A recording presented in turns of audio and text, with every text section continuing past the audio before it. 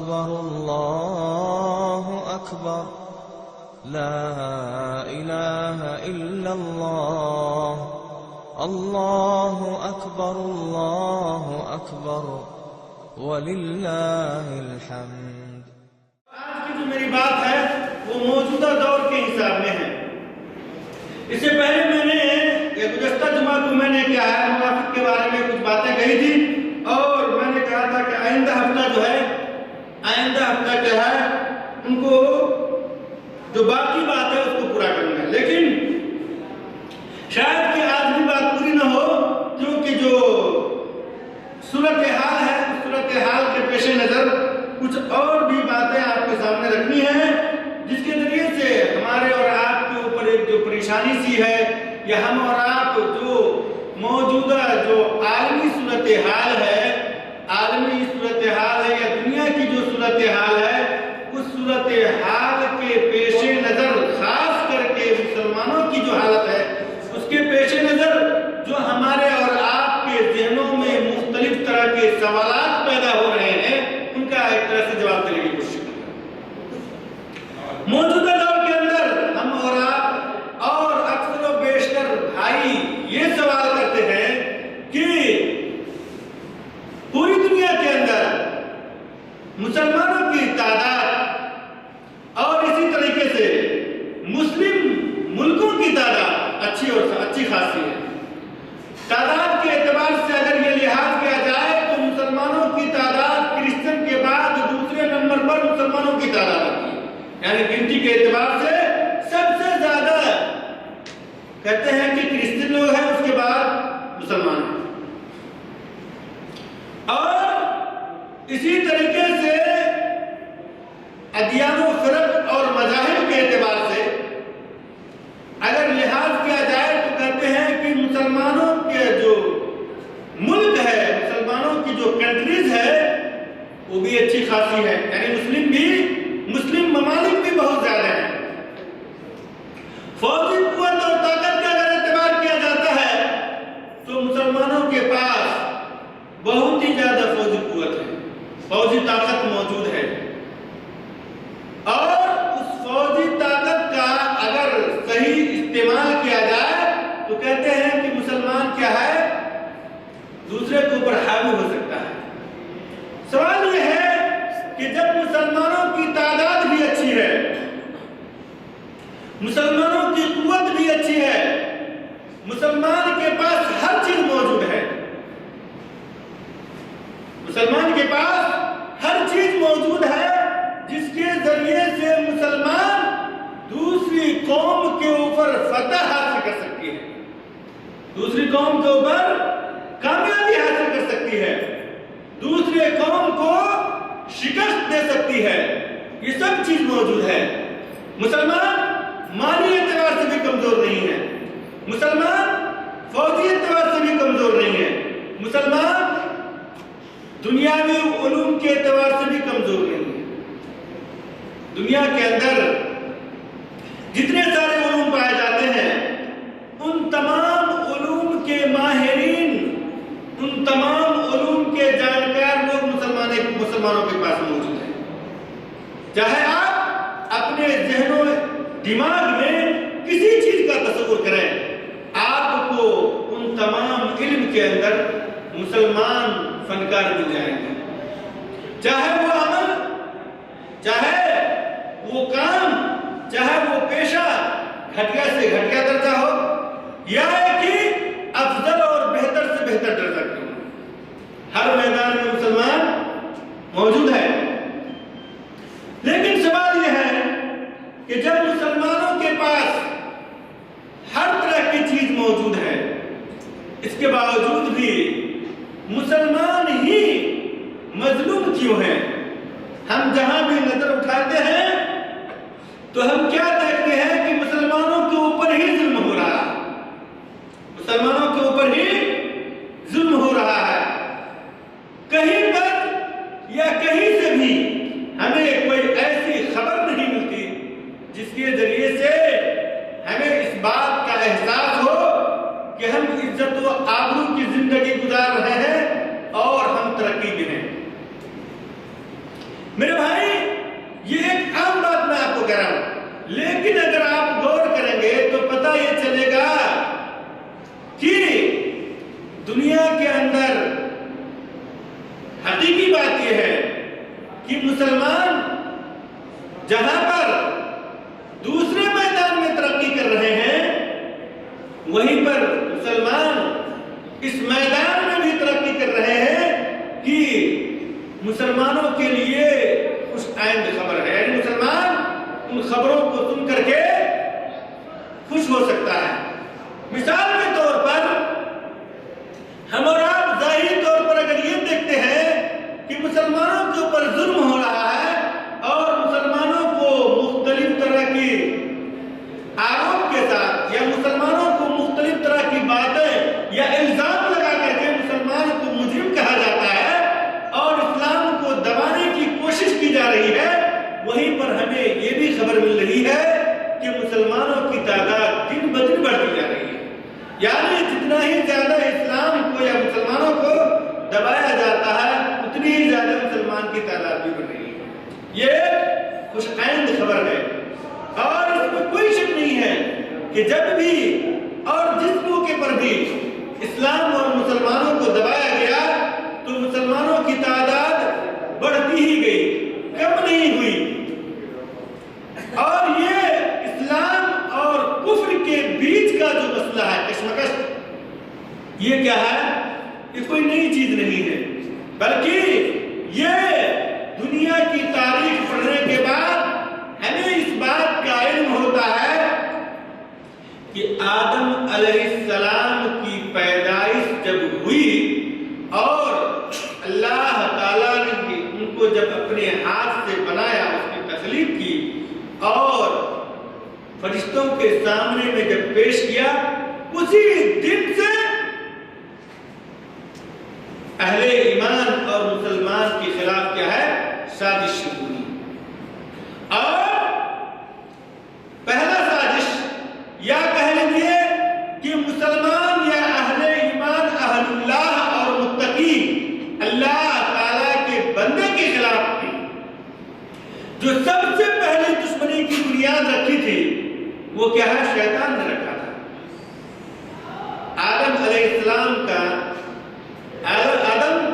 علیہ السلام کے لیے جب سجدہ کرنے کا حکم دیا گیا تھا تو سبوں نے سجدہ کیا تھا اور شیطان نے انکار کیا، یعنی پہلے دن انسانیت کے ساتھ اللہ تعالیٰ کے نیک بندے کے ساتھ جو دشمنی کی بنیاد رکھی تھی وہ آج سے نہیں، بلکہ آپ یہ کہیں کہ ابتدائے آفرینش سے اس کی شروعات ہوتی ہے۔ تو اس اعتبار سے آج تک بھی اور رہتی دنیا قیامت تک یعنی اس طرح کی بات ہوتی رہے گی، مسلمانوں کے خلاف سازش ہوتی رہے گی، لیکن یہ سازش میرے بھائی اور یہ دشمنی، یہ چال اگر مشرکوں کی طرف سے ہو، یہود و نصارہ کی طرف سے ہو تو مسلمان کے اوپر اس کی دشمنی آیا ہے۔ ظاہر ہے مسلمان جانتے ہیں کہ یہودی ہمارا دشمن ہے، نصارہ ہمارا دشمن ہے، مشرک ہمارا دشمن ہے، کافر ہمارا دشمن ہے، مسلمان جانتے ہیں، لیکن اگر مسلمانوں کا دشمن مسلمانوں کے اندر سے ہو تو ایسی صورت میں مسلمان کو زیادہ سے زیادہ گھاٹا اٹھانا پڑتا ہے، زیادہ سے زیادہ خسارہ اٹھانا پڑتا ہے۔ میرے بھائی چونکہ یہ دشمنی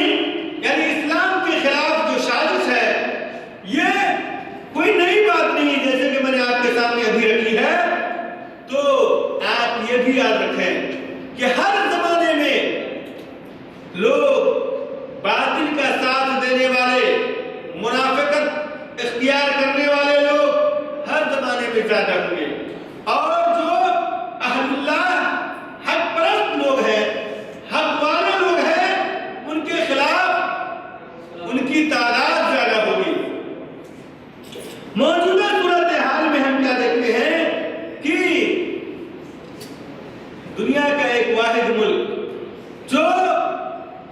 جس کا نظام اسلامی ہے،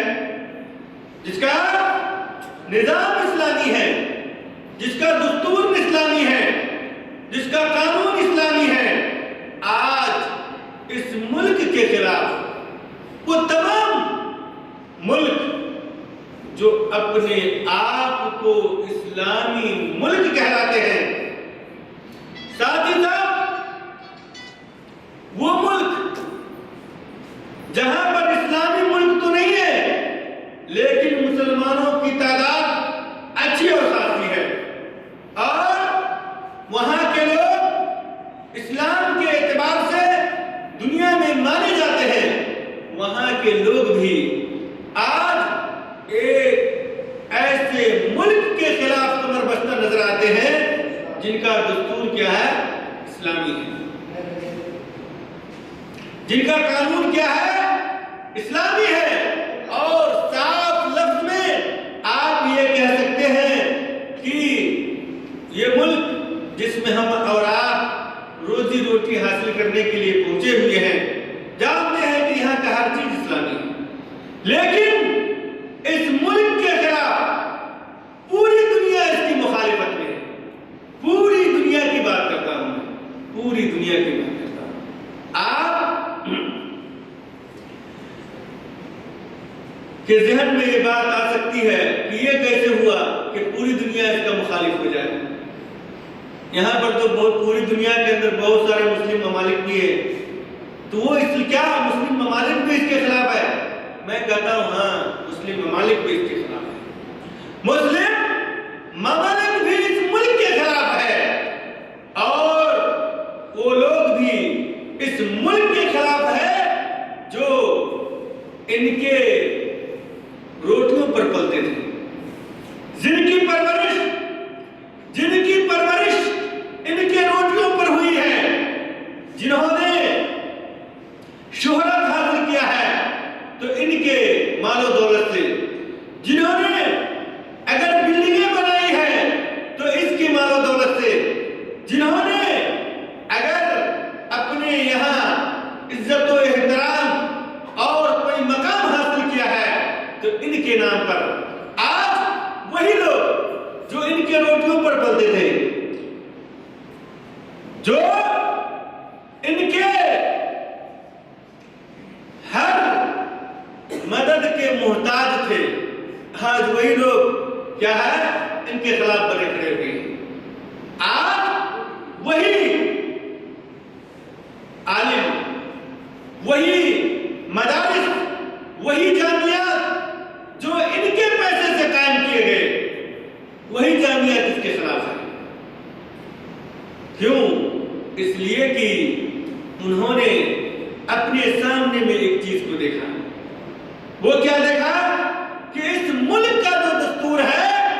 وہ ہمیں اس بات کی اجازت نہیں دیتا کہ ہم اپنی مرضی کی بات کریں۔ کیوں؟ اسلام کی جو بنیاد، اصل اساسی چیز جو ہے وہ قرآن اور حدیث ہے، تیسری کوئی چیز نہیں ہے، اور اس اساسیات کی بنیاد پر ان لوگوں نے یا وہ لوگ جو اپنے آپ کو اسلامی لبادہ اوڑھ کر مسلمانوں کے بیچ میں شیطان بن کر کے آئے اور اپنی شیطانی سازش اور جال کی بنیاد پر انہوں نے لوگوں کو اپنے فیور میں کیا، اپنی تائید میں کیا، آج وہ جانتے ہیں کہ ہماری عزت و آبرو تو ہمارے ملک والوں کے سامنے میں محفوظ ہے، لیکن وہی ملک والے ہم سے یہ بھی سوال کرتے ہیں کہ مولانا آپ تو ہمارے نزدیک محترم ہو، لیکن جو اسلام کا مرکز ہے ان کی نظر میں آپ کا احترام کیوں نہیں ہے؟ آپ جو بات کہتے ہو، آپ جس چیز کی دعوت دیتے ہو، آپ کا مرکز، آپ کی جامعات، آپ کی یونیورسٹی، آپ کی دعوت جس چیز کی طرف ہمیں بلاتی ہے، یہ دعوت اس ملک کے اندر کیوں نہیں پہنچتی ہے؟ تو انہوں نے کیا دیکھا کہ اب تو ہماری عزت داؤ پہ لگ گئی، ہماری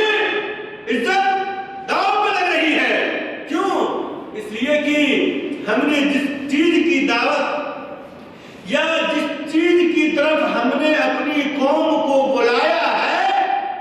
اور جس بات کی بنیاد پر اپنی قوم کے اندر عزت حاصل کی ہے،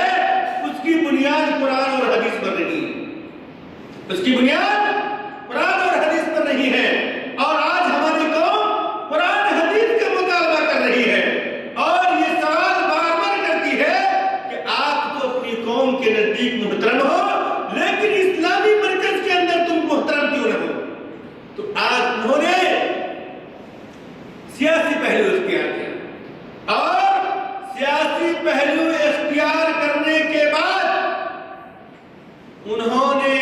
وہ تمام کی تمام چیز کو بھلا دیا جو اسلامی اقدار کی ضامن اور اس کی حفاظت کی ضامن تھی۔ یعنی اسلام کی بنیاد پر اسلام کی بنیاد پر انسان باعزت زندگی گزارتا ہے اور موسوم کیا ہے، جن کو اللہ تعالیٰ نے منافق کہا ہے میرے بھائی، اور جن کے لیے اللہ تعالیٰ نے جہنم کے اندر دردناک عذاب تیار کر کے رکھا ہے، یہ لوگ ان کے زمرے میں نکل جاتے ہیں۔ آج موجودہ دور کے اندر آپ اس بات سے واقف ہیں، ایک مثال کے طور پر آپ لے لیں، سیریا کی مثال لے لیں، مصر کا مثال لے لیں، فلسطین کا مثال لے لیں، افغانستان کا مثال لے لیں، عراق کا مثال لے لیں۔ یہ وہ ممالک ہے جو شورش زدہ ہے، جہاں پر مختلف طرح کی پریشانیاں اور جنگیں جاری ہیں۔ میرا سوال یہ ہے میرے بھائی کہ آپ جس ملک سے تعلق رکھتے ہو، آپ اس ملک کی سیاست کو آپ بہتر طور پہ جانتے ہو، آپ اپنے ملک کی سیاست کو آپ بہتر جانتے ہو، اور آپ جس ملک سے آپ کا تعلق نہیں ہے اس کی سیاست سے آپ کو کوئی دلچسپی نہیں ہو سکتی ہے، وہاں کی سیاست آپ کو معلوم نہیں ہے۔ ایک مثال دیتا ہوں، آپ نیپال کی سیاست کے بارے میں کچھ نہیں جانتے، کیوں؟ اس لیے کہ آپ کو نیپال سے تعلق نہیں، یا اگر تعلق ہے بھی تو آپ سیاست سے تعلق نہیں رکھتے ہیں۔ تو اگر نیپال میں کچھ ہوتا ہے تو نیپالی حکومت کے خلاف فتویٰ جاری کرنا یہ آپ کی بس کی بات نہیں ہے۔ نیپالی حکومت کے خلاف فتویٰ جاری کرنا نیپالی علماء کا کام ہے، نیپالی علماء کا کام ہے۔ انڈیا گورنمنٹ کے خلاف فتویٰ جاری کرنا انڈین علماء کا کام ہے۔ پاکستانی حکومت کے خلاف فتویٰ جاری کرنا یہ پاکستانی علماء کے ذمہ ہے۔ کیوں؟ اس لیے کہ پاکستان کے علماء اپنے ملک کی سیاست کو سمجھتے ہیں اور اسلام کی روشنی میں اس کو کیا حکم دیا جا سکتا ہے وہ پاکستان کے علماء سمجھتے ہیں۔ اسی طریقے سے بنگلہ دیش کی مثال لے لیں، یورپ و امریکہ کی مثال لے لیں، غزے کی دنیا کے کسی بھی ملک کی آپ مثال لے لیں، وہاں کی سیاست کے بارے میں، اس ملک کی حکومت کے بارے میں اور اس ملک کے حالات کے اعتبار سے فتویٰ دینے کا کام وہاں کے علماء کے ذمہ ہے، ہمارے اور آپ کے ذمہ نہیں۔ کیوں؟ اس لیے کہ ہم اور آپ اس ملک کی سیاست سے واقف نہیں، وہاں پر کیا صورتحال ہے اور کس صورتحال کے تحت وہاں کی حکومت کیا کر رہی ہے وہ وہاں کے لوگوں کے ذمہ ہے۔ موجودہ دور میں ہم اور آپ کیا ہے کہ دیکھتے ہیں کہ ایک اسلامی ریاست یا ایک اسلامی حکومت جس کا دستور کیا ہے اسلامی ہے، آج اس ملک کے خلاف پورے دنیا کے جو باطل پرست علماء ہیں وہ بھی کیا ہے سب بندے کمر بستہ تیار۔ آج اس ملک کے خلاف پاکستان سے بھی فتوے جاری ہوتے ہیں، ہندوستان سے بھی فتوے جاری ہوتے ہیں، نیپال سے بھی فتوے جاری ہوتے ہیں، مصر سے بھی فتوے جاری ہوتے ہیں، یورپ و امریکہ سے بھی فتوے جاری ہوتے ہیں۔ لیکن میں ایک بات کہتا ہوں کہ تم نے جو فتوے جاری کیے کیا تم اس ملک کی سیاست سے واقف ہو؟ قطعی طور پر نہیں۔ سب سے بڑی بات تو یہ ہے کہ اس ملک کی سیاست کی بات چھوڑو، بلکہ اسلام کے اصول سے بھی نہ واقف ہو۔ اسلام کا جو دستور ہے، اسلامی دستور سے بھی نہ واقف ہو۔ اسلامی قانون ہمیں کس چیز کا حکم دیتی ہے اس کا بھی علم نہیں۔ اور جو لوگ فتویٰ جاری کرنے والے ہیں میرے بھائی، آپ کو میں یہ کہتا ہوں کہ وہ سب کے سب اسلام دشمن عناصر ہیں، وہ پکے منافق ہیں، گرچہ وہ اپنے آپ کو اسلام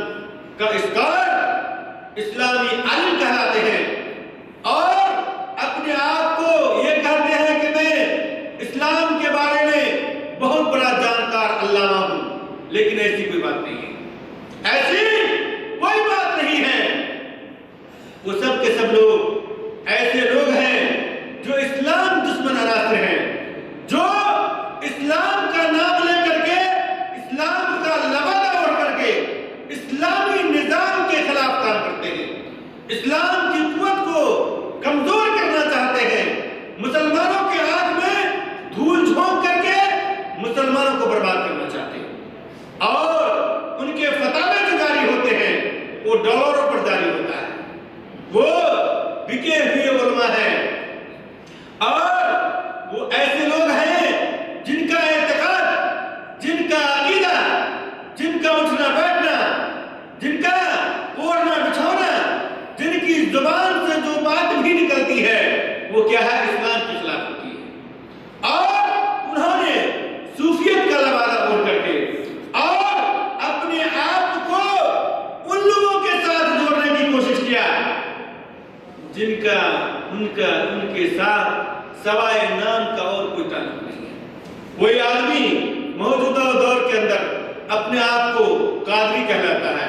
چشتی کہلاتا ہے، نقشبندی کہلاتا ہے، کوئی حسینی کہلاتا ہے، تو کوئی عمری کہلاتا ہے، تو کوئی بکری کہلاتا ہے، غرضے کی انہوں نے اپنے نام کے لاسٹ میں ایسے نام جوڑے جس کی بنیاد پر لوگ یہ کہے کہ یہ تو اعلیٰ خاندان سے تعلق رکھتے ہیں، یہ عمری ہے اس لیے کہ حضرت عمر کے خاندان سے تعلق رکھتے ہیں، یہ حسنی ہے اس لیے کہ یہ حضرت حسن اور حسین کے خاندان سے تعلق رکھتے ہیں، یہ قادری ہے اس لیے کہ یہ عبد القادر جیلانی سے تعلق رکھتے ہیں۔ میرے بھائی، میں کہتا ہوں کہ یہ صرف نام ہے، ان کا تعلق نہ تو عقیدے کے اعتبار سے ان کے ساتھ ہے، نہ تو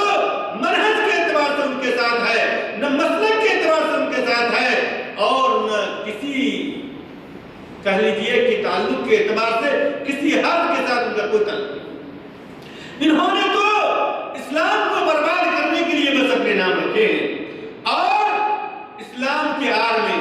آپ یہ کہیں کہ قادریت کے آڑ میں، نقشبندیت کے آڑ میں، اور اسی طریقے سے عمریت کے آڑ میں، صدیقیت کے آڑ میں،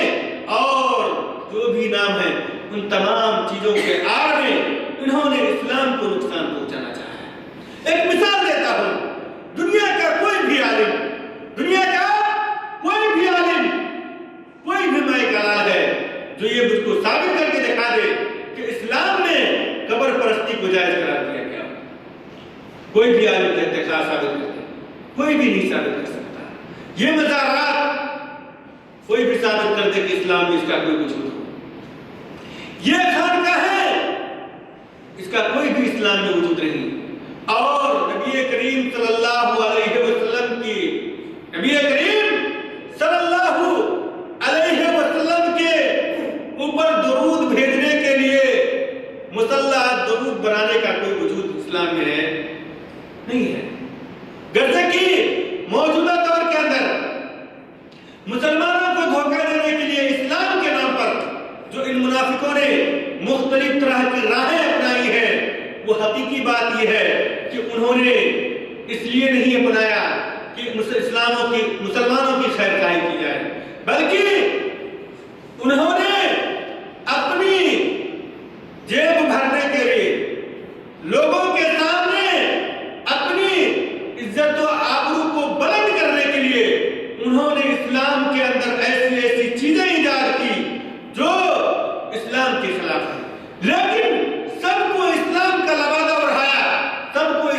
کے نام پر کیا تاکہ مسلمان کیا کرے، ہماری تائید میں آ جائے۔ اور یہ کوئی عجب چیز نہیں ہے، اس لیے کہ اللہ تعالیٰ نے قرآن مجید کے اندر منافق کی یہ پہچان ہی بتلایا ہے کہ منافق ایسے لوگ ہوتے ہیں جو چرب زبانی سے کام لیتے ہیں، ان کی زبان کے اندر بہت ہی زیادہ مٹھاس ہوتی ہے، لوگوں کو اپنے کنٹرول میں کرنے کا ان کے پاس کیا ہوتا ہے، ملکہ ہوتا ہے، وہ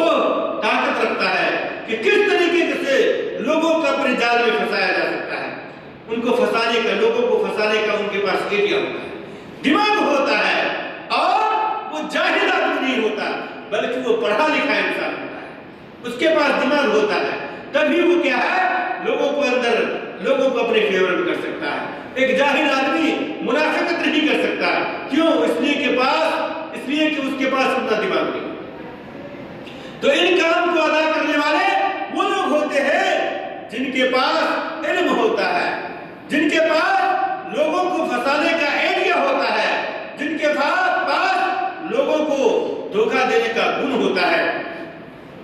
اللہ تبارک و تعالیٰ نے قرآن مجید کے اندر واضح طور پر بیان کیا ہے، جو اس سے پہلے میں نے کہا تھا کہ ومن الناس، اللہ تبارک و تعالیٰ نے کہا قرآن مجید کے اندر ومن الناس من يعجبك قوله في الحياة الدنيا وهو في الآخرة اللہ تعالیٰ سے ساتھ۔ میرے بھائی، تو موجودہ دور کی جو ایک سیاست ہے اس میں کیا ہے، بڑے بڑے لوگ، بڑے بڑے علماء اور بڑے بڑے جامعات کیا ہے، منافقت کے اندر واقع ہے، منافقت کے اندر واقع ہے، اور وہ کیا ہے، اسلام کے خلاف یا کہہ لیجیے اسلامی ملک کے خلاف سازش کرتے ہیں، اسلامی ملک کے خلاف سازش کرتے ہیں۔ میں صرف ایک مثال مانتا ہوں آپ سے، آپ سعودی عرب کے علاوہ دنیا کا کوئی ایسا ملک دکھا دو جہاں پر مزار پایا جاتا ہو، اسلامی ملک کی بات کرتا ہوں، پہلے نمبر میں دنیا کا کوئی ایسا مثال پیش کرو جہاں پر مزارات ہوں، دنیا کے اندر اسلامی ملک آپ کہاں پہ بھی چلے جاؤ ہر جگہ پر مزارات ہیں، خانقاہیں ہیں، شرک و بدعت ہے، خرافات ہے، اسلام کے اوپر ایجاد کی گئی مختلف طرح کی ایسی چیز ہے جس کا اسلام سے کوئی تعلق نہیں، ہر ملک کے اندر ہے، اور ساتھ ہی ساتھ ان ممالک کے اندر اسلام کی نگرانی اور اسلام کی حفاظت، اسلام کی پشت پناہی کے لیے کوئی اصول موجود نہیں ہے، حالانکہ وہ ملک کیا کہلاتا ہے، اسلامی ملک کہلاتا ہے، لیکن اسلام کی پشت پناہی کے لیے، اسلام کی حفاظت کے لیے ان ملکوں کے اندر کوئی دستور نہیں ہے۔ اسی لیے آپ ان ملکوں کے اندر جس کو آپ اسلامی ملک سے نام کے نام سے جانتے ہو، آپ جا کے دیکھو شراب عام ہے، زناکاری عام ہے، رنڈی کھانے موجود ہے، دنیا کی تمام برائی کا اڈا موجود ہے، اور ہر طرح کی برائی کرنے والے وہاں پر موجود ہے، پھر بھی کیا کہلاتا ہے اپنے آپ کو، اسلامی ملک کہلاتا ہے۔ اور وہ منافق جو اسلام کے خلاف ہمیشہ سازش کرنے میں لگا رہتا ہے، وہ یہ کہتا ہے کہ یہ ملک اسلامی ملک کے خلاف نبرد آزما ہے، یعنی اسلامی ملک کے خلاف کیا ہے، بات کرتا ہے۔ آپ کو میں ایک مثال دیتا ہوں، زیادہ نہیں، آپ ایک مثال لے لو جو ہمارے آنکھوں کے سامنے ہے، یا کہتے ہیں جس کو ہم ایک زمانے سے سنتے ہیں، آپ سوریا کی مثال لے لیں، جس کو سیریا کہتے ہیں، شام کہتے ہیں۔ آج تقریباً وہاں پر تقریباً 3 سال سے جنگ جاری ہے، تقریباً 3 سال سے جنگ جاری ہے، اور دن بہ دن وہ جنگ کیا ہے، خطرناک سے خطرناک روپ اختیار کرتا چلا جا رہا ہے، اور بالکل لاسٹ میں وہاں کی حکومت نے اپنی عوام کے خلاف ایسے جراثیمی ہتھیار استعمال کیے تھے جس کی بنیاد پر بہت سارے لوگ بیک وقت مر گئے۔ کیمیائی اسلحہ جس کو کہتے ہیں، انہوں نے استعمال کیا، جس کی بنیاد پر بہت سارے بچے، مرد، عورت اور بوڑھے مر گئے۔ میرا سوال یہ ہے کہ وہاں کی جو حکومت ہے یا وہاں کا جو موجودہ دور کے جو رئیس ہے، ان کو کیا حق بنتا ہے کہ جب اس کے ملک کے لوگ ان کو نہیں چاہتے اور کہتے ہیں کہ تم چلے جاؤ کوئی دوسرا آئے، تو ان کو کوئی حق بنتا ہے کہ وہ زبردستی پر اپنے ملک کا رئیس کہلائے؟ کوئی حق نہیں بنتا ہے۔ جس ملک کے اندر، جس ملک کی رعیت، جس ملک کے اندر رہنے والے لوگ آپ کو پسند نہیں کرتے، آپ کو اس بات کا حق نہیں بنتا ہے کہ آپ اس ملک کا پردھان منتری یا وزیر اعظم بن کر بیٹھے۔ کیوں؟ اس لیے کہ وہاں کے ملک کے جو لوگ ہیں وہ اپنی ملک کی سیاست اور اپنی ملک کی مفاد کی بات زیادہ جانتے ہیں۔ آج 3 سال کے اندر وہاں پر جو کچھ بھی ہوا، ان تمام نتیجوں کو سامنے میں رکھتے ہوئے کوئی بھی انسان یہ کہہ سکتا ہے کہ جو بشار الاسد ہے وہاں کا، وہ اس لائق نہیں ہے کہ اس کو اس ملک کا رئیس بنا بیٹھا ہے، بلکہ ہر آدمی یہ کہہ سکتا ہے کہ ان اس کرسی سے ہٹا کر کے کسی دوسرے کو وہاں پہ لانا چاہیے۔ کیا ہے کہ وہ مجرم ہے، اس مجرم کو کیا ہے، سزا ملنی چاہیے، ہر آدمی ہے، لیکن اس کو سزا دے گا کون؟ اس کو سزا دے گا کون؟ جبکہ اس کی پشت پناہی کون کرتا ہو؟ یہود و نصارہ کرتا ہو، منافقین لوگ کر رہے ہو۔ ایسی صورت میں وہ لوگ جو عقل مند ہیں، جو ہوشیار ہیں، جو اللہ تعالیٰ نے جس کو صحیح سمجھ دے رکھی ہے، وہ یہی کرے گا کہ بھائی اس کو کسی بھی طریقے سے اس کو ختم کیا ہے، اس انسان کو یہاں سے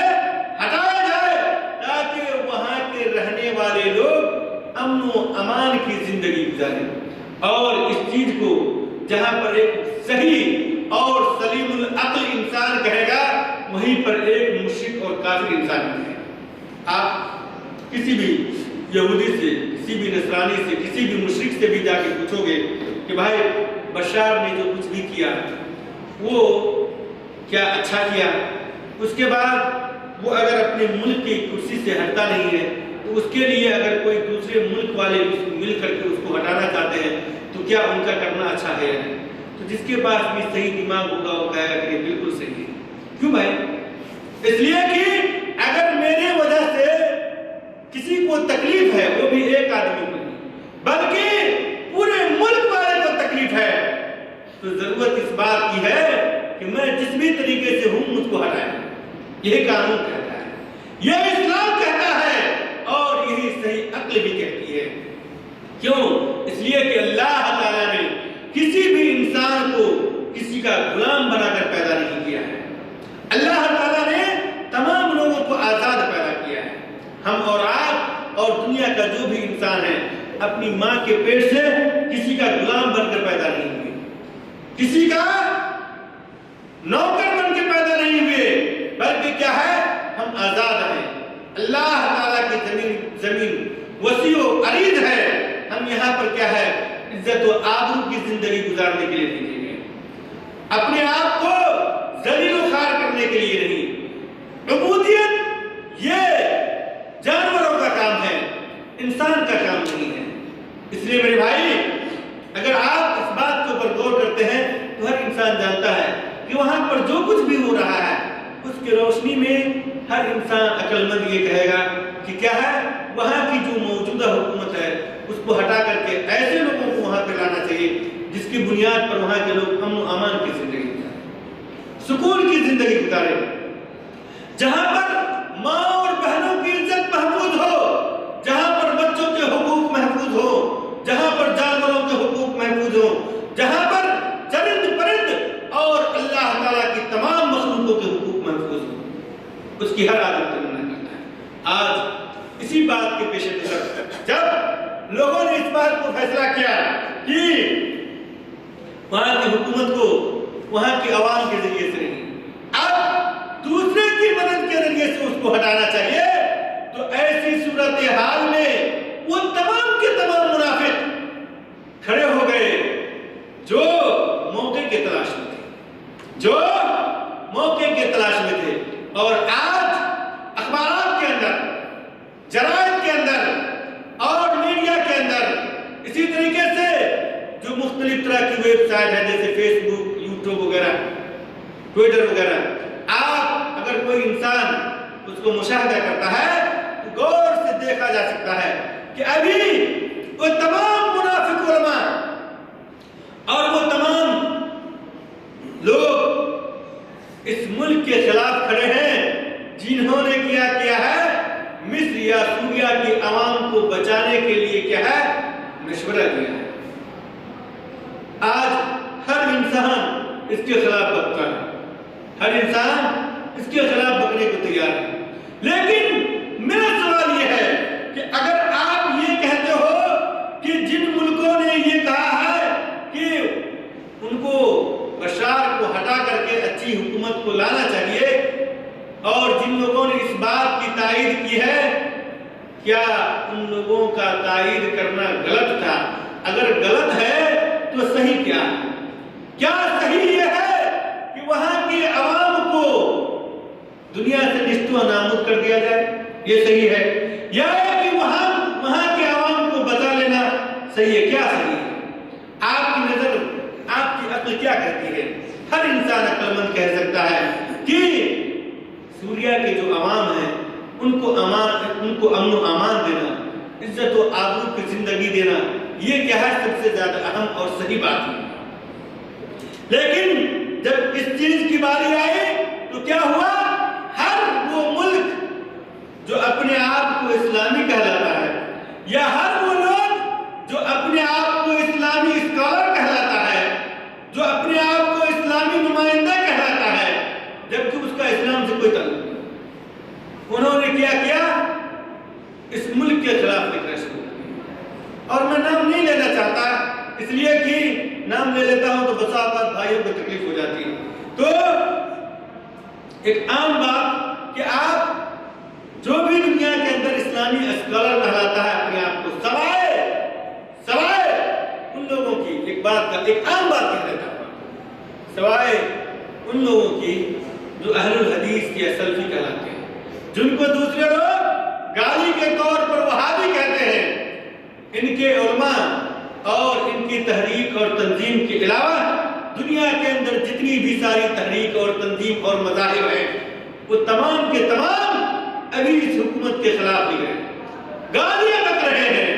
مختلف طرح کی ایسی بات کہتے ہیں میرے بھائی جو ایک ایمان والا کبھی نہیں کہہ سکتا ہے۔ اپنی زبان سے نکالنا ان الفاظ کو گوارا نہیں کر سکتا اگر اس کے دل کے اندر رائی کے دانے کے برابر بھی ایمان ہو۔ جو اسلام کی تاریخ کو جانتا ہے، اسلام کے نظام کو جانتا ہے، اسلام کے اصول کو جانتا ہے، جن کے دل کے اندر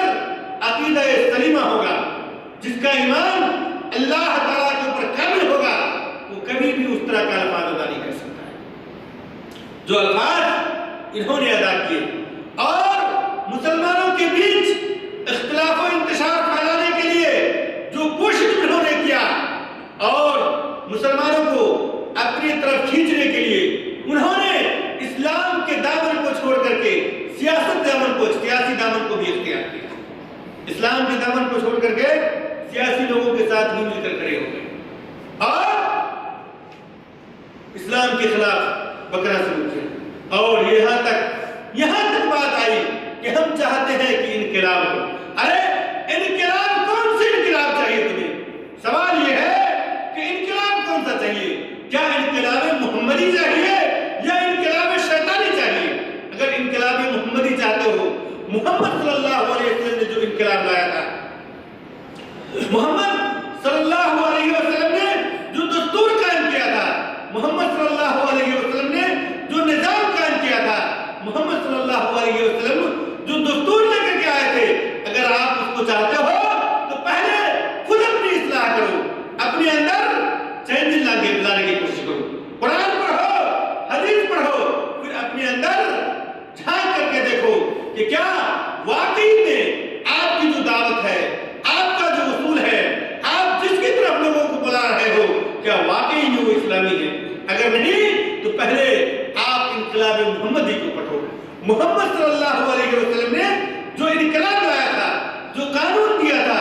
جو دستور دیا تھا, جو نظام دیا تھا, جو زندگی گزارنے کا سلیقہ اور طریقہ دیا تھا, محمد صلی اللہ علیہ وسلم نے جن راستے کے اوپر چل کر کے اپنی قربانی پیش کی اور صحابہ کرام کی پرورش کی, اور صحابہ کرام نے چل کر کے اس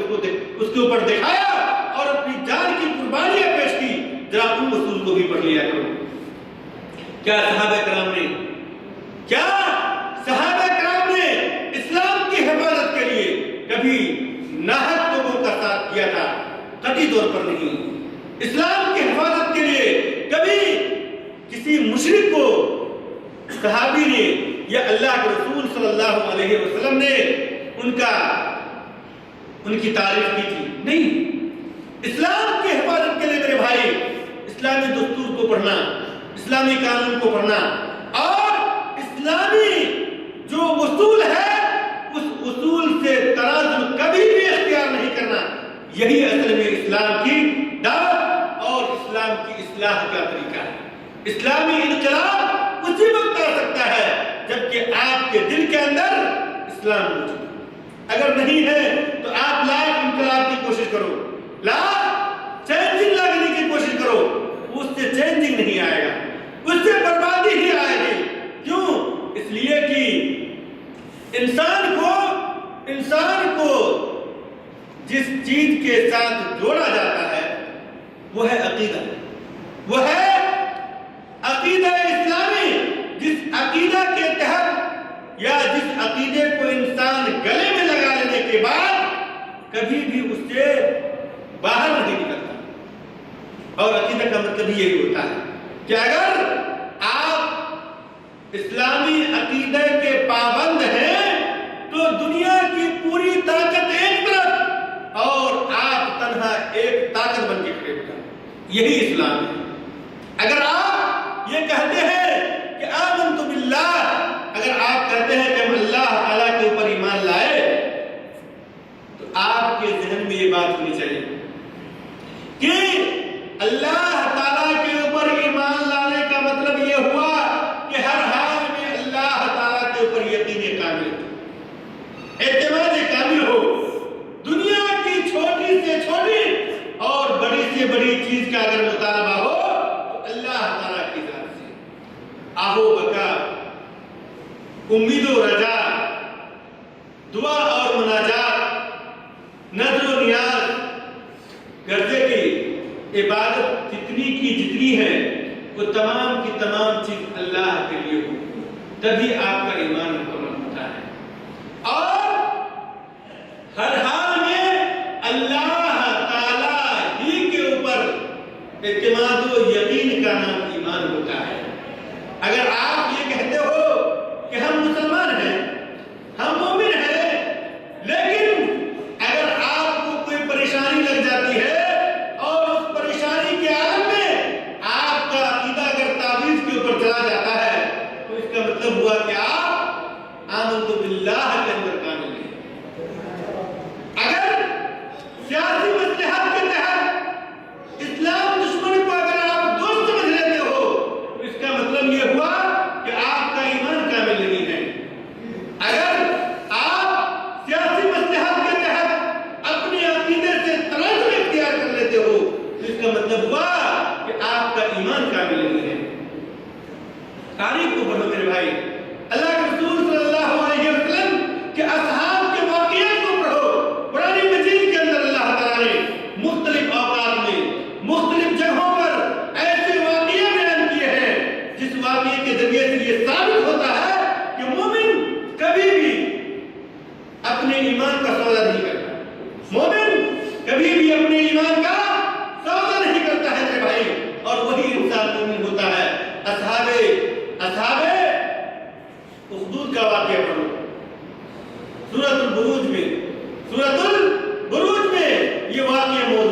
پڑھو۔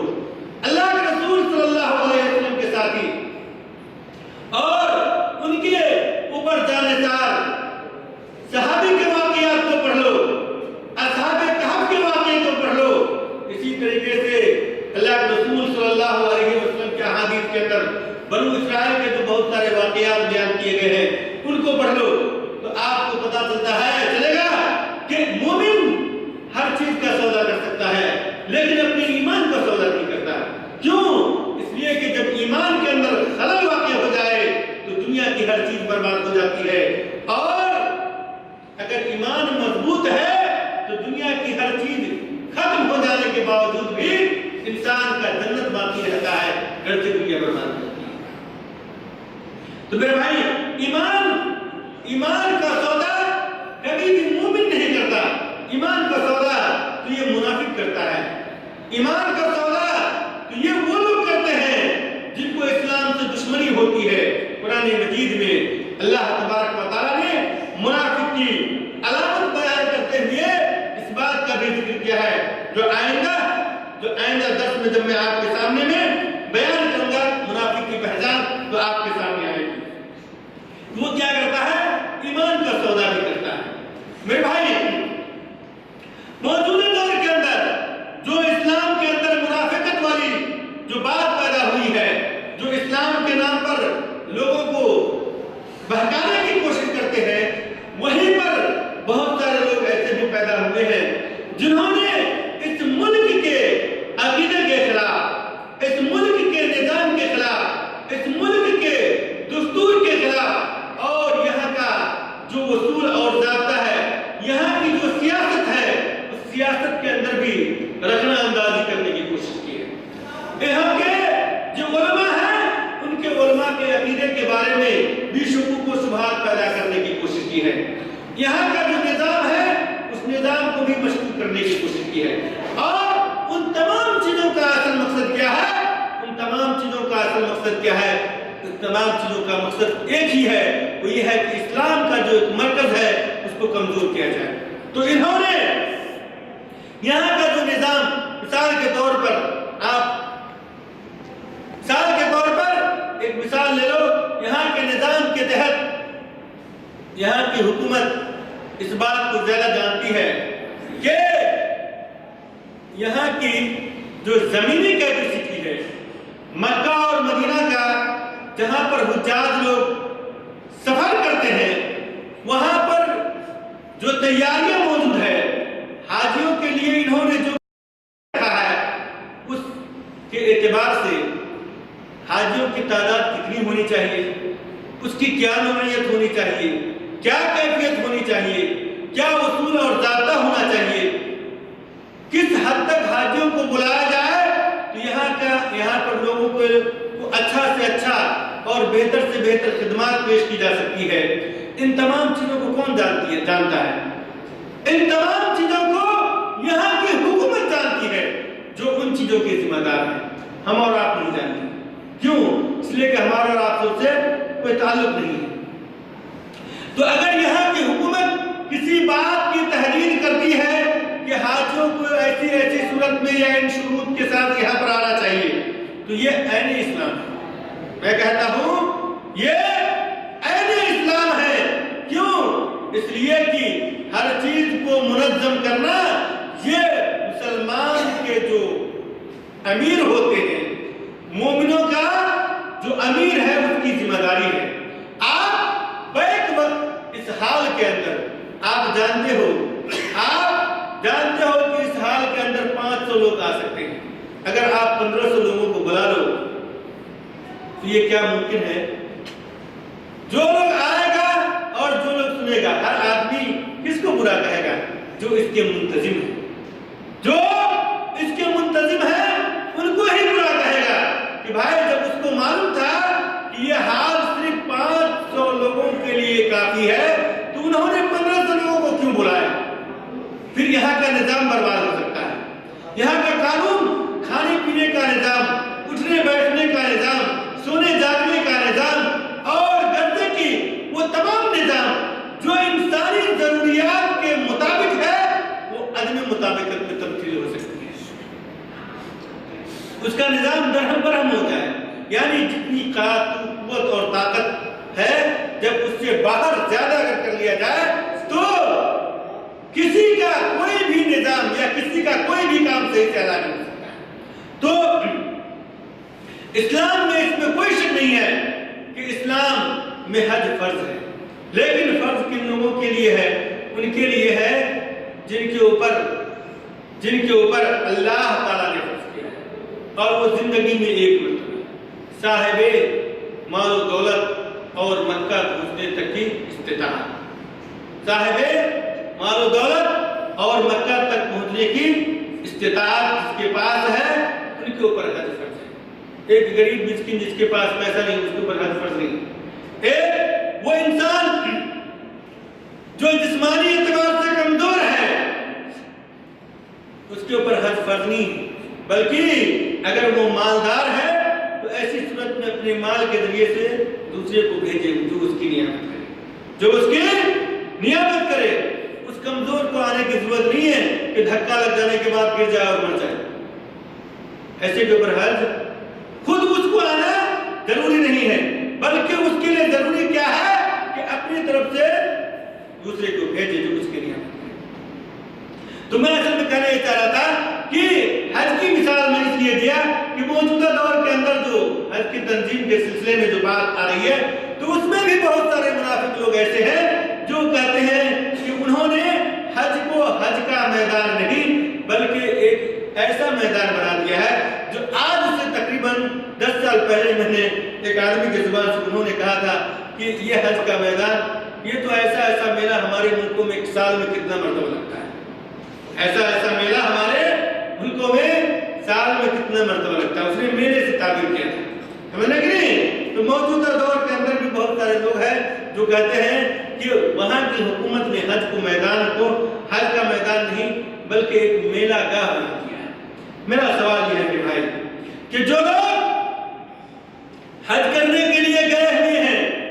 اور حج کر کے آئے ہیں، کیا آپ نے وہاں پر کوئی ایسی چیز دیکھی ہے جس کو میلے کے ساتھ تعلق ہو؟ کوئی تعلق نہیں ہے. آپ حج کے لیے جا گئے ہوں گے تو آپ نے ایک چیز کا احساس کیا ہوگا، امن و امان کا احساس کیا ہوگا، عبادت کے اندر اطمینان کا احساس کیا ہوگا. آپ بے خوف و خطر اور نڈر ہو کر کے آپ عبادت کرتے رہے ہوں گے. آپ کو عبادت میں تشویش نہیں ہوئی ہوگی. آپ نے ایسی عبادت کی ہوگی ایسی صورت میں ایسی حالت میں جیسے کہ آپ اپنے گھر کے اندر بالکل معمول. اس طریقے سے آپ نے حج کے میدان میں عبادت کیا. وہ وقت نہیں یا وہ خوف کا احساس نہیں کیا ہوگا جس وقت میں لوگ حج کے میدان میں، ایک زمانہ ایسا بھی تھا کہ حج کے میدان میں لوگ جب پہنچتے تھے تو ان کی جان ہتھیلیوں پر ہوتی تھی، وہ ڈرے ہوئے ہوتے تھے. کیوں ڈرے رہتے تھے؟ کہ ایسا نہ ہو کہ کوئی چور یا ڈکیت آئے اور ہمارا مال و دولت چھین کر کے ہم لے کے بھاگ جائیں، ہمیں ذبح کر دیں. اور ہم اور آپ نے سنا ہوگا کہ پہلے زمانے میں لوگ جب حج کرنے کے لیے آتے تھے تو لوگ آخری سلام کر کے آتے تھے، کہتے تھے کہ معلوم نہیں واپسی ہو یا نہیں. کیوں؟ اس لیے کہ اس زمانے کے اندر حج خطرناک تھا. حج تک پہنچتے مکہ تک پہنچتے بہت سارے لوگ مر جاتے تھے، اور کبھی عرفات کے میدان میں پہنچنے کے بعد مر جاتے تھے. حج مکمل نہیں ہوتا تھا. کیوں؟ اس لیے کہ کوئی نظام نہیں تھا. اور یہ بہت دنوں کی بات نہیں، بہت زمانے کی بات نہیں، بلکہ آج سے 110 سال پہلے کے واقعات کو، 110 سال پہلے کے واقعات، یعنی 1902 عیسوی سے پہلے کے واقعات کو پڑھو تو آپ کو معلوم ہوگا کہ حاجی لوگ جو یہاں پر پہنچتے تھے تو کتنی ساری مصیبت کو اٹھاتے تھے اور کس پرمشقت کے ساتھ حج کے میدان میں پہنچنے کے باوجود بھی حج کرنے لیکن کیا وہ صورت آج بھی ہے؟ قطعی طور پر نہیں ہے۔ آپ جب حرم کے اندر داخل ہوتے ہو تو امن و امان کا احساس کرتے ہیں، یہ الگ سی بات ہے، یہ الگ سی بات ہے، یہ حاجیوں کی بھیڑ بھڑکا کی وجہ سے پریشانی ہوتی ہے۔ لیکن اگر آپ غور کریں گے کہ اس کے باوجود بھی لوگ عبادت سمجھ کر کے اس کو برداشت کر لیتے ہیں، اور جو پریشانیاں ہوتی ہیں عمومی طور پر وہ غیر نظامی طور پر جو لوگ داخل ہوتے ہیں اس کی بنیاد پر۔ تو میرے بھائی، میرے کہنے کا مقصود یہ تھا کہ یہاں پہ جو چیز منظم کی جاتی ہے، یہاں کی حکومت جو چیز نافذ کرتی ہے، جو قانون بناتی ہے، وہ ہمارے اور آپ کی اور حاجیوں کے فائدے کے لیے بناتی ہے۔ اور یہاں کا جو نظام ہوتا ہے، جو دستور ہوتا ہے، جو قانون ہوتا ہے میرے بھائی، وہ اسلام کے خلاف نہیں ہوتا ہے، وہ گرچہ کی ہمارے اور آپ کی سمجھ میں نہیں آتی، اور یہ اس وقت میں اور بھی زیادہ ہمارے اور آپ کے لیے سمجھ سے باہر ہو جاتی ہے جبکہ ہم دیکھتے ہیں کہ بہت سارے منافق لوگ اسلام کے خلاف اور یہاں کے لوگوں کے خلاف مختلف طرح کی آگ اگلنا شروع کر دیتے ہیں۔ میرے بھائی، تو یہ منافقت جو ہے یہ ہر زمانے میں رہی ہے، اور اس کے اوپر بحث کرنے والے اور اسلام کا لبادہ اوڑھ کر کے بڑی بڑی ڈگریاں لینے والے یہ لوگ اسلام کے خلاف بحث کرتے ہیں۔ تو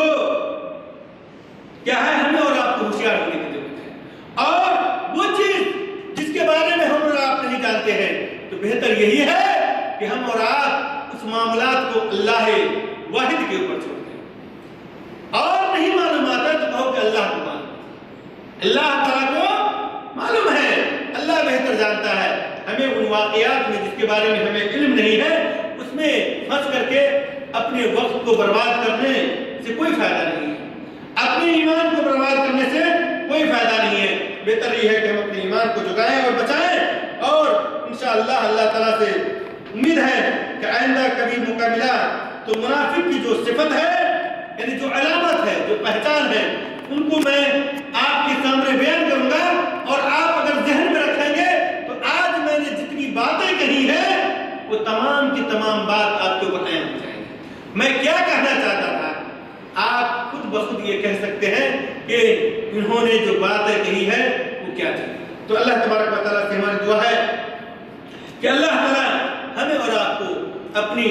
ایمان کی حفاظت کی اور ساتھ ہی ساتھ اپنے اسلام کی حفاظت کی قوت اور طاقت عطا فرمائے، اور اللہ تعالیٰ جب تک ہمیں اور آپ کو اس دنیا کے اندر باقی رکھے تو منافقت سے محفوظ رکھے، منافقوں کی صفت سے محفوظ رکھے، منافقوں کی شر سے محفوظ رکھے، اور جب تک باقی رکھے ایمان کے اوپر باقی رکھے۔ اللہ تعالیٰ ہماری اور تمام مسلمانوں کی عزت و آبرو کی حفاظت کرے۔ اللہ تعالیٰ دنیا کے اندر جو لوگ بھی اسلام کی سربلندی کے لیے لڑ رہے ہیں، جہاد کر رہے ہیں، اللہ تعالیٰ ان کو کامیابی عطا فرما۔ اے اللہ، اس دنیا کے اندر جو بھی مومن اور مسلمان تیری